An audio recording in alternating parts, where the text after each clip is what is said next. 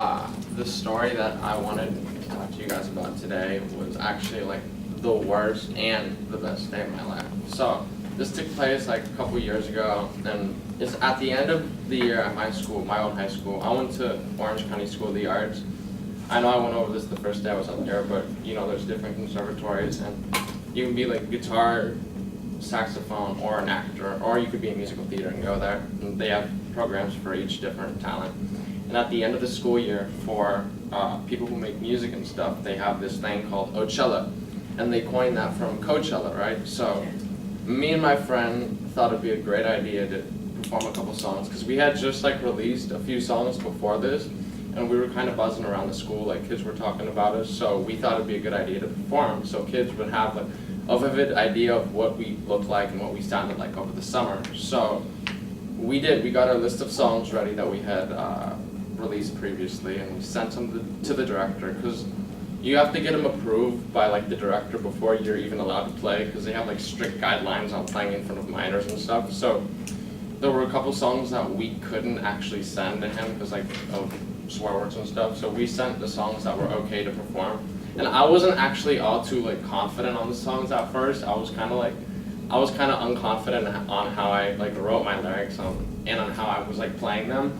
But I remember the first time we practiced at his house very vividly. I don't even know why, but like on either side of his computer he had like two huge giant speakers. And I remember that first practice, because when we practiced it just sounded really crisp. I don't know if it was because it was in his small room and his room was really compact, but I remember after that I just like, the more we practiced, the more my confidence went up. But then like a few days right before my actual performance, I was starting to get really nervous and anxious again, because all these kids were starting to talk about how they were so excited to come and see me. And like all my friends were telling all their friends that they were gonna come, and that was just making me so much more nervous. And I remember like the day of the performance, we were just about to go on, and I just see all these like blank faces looking at me. And for the first like 15 to 20 seconds of like performing, I had my head all the way down, and I was like mumbling, and I didn't even know this. It was just, I saw the video after. I didn't even know, but for the first 20 seconds I had my head straight down and I was mumbling. And after that, everybody started getting really excited for some reason, and they started getting really rowdy and like started destroying stuffed animals and like throwing balloons around. So I just seeing that from the crowd, I started to get more carefree too, because I realized they weren't really paying attention to like me and how I was acting. It was just all about the music. So I just started to get more carefree too, and it just got better from there.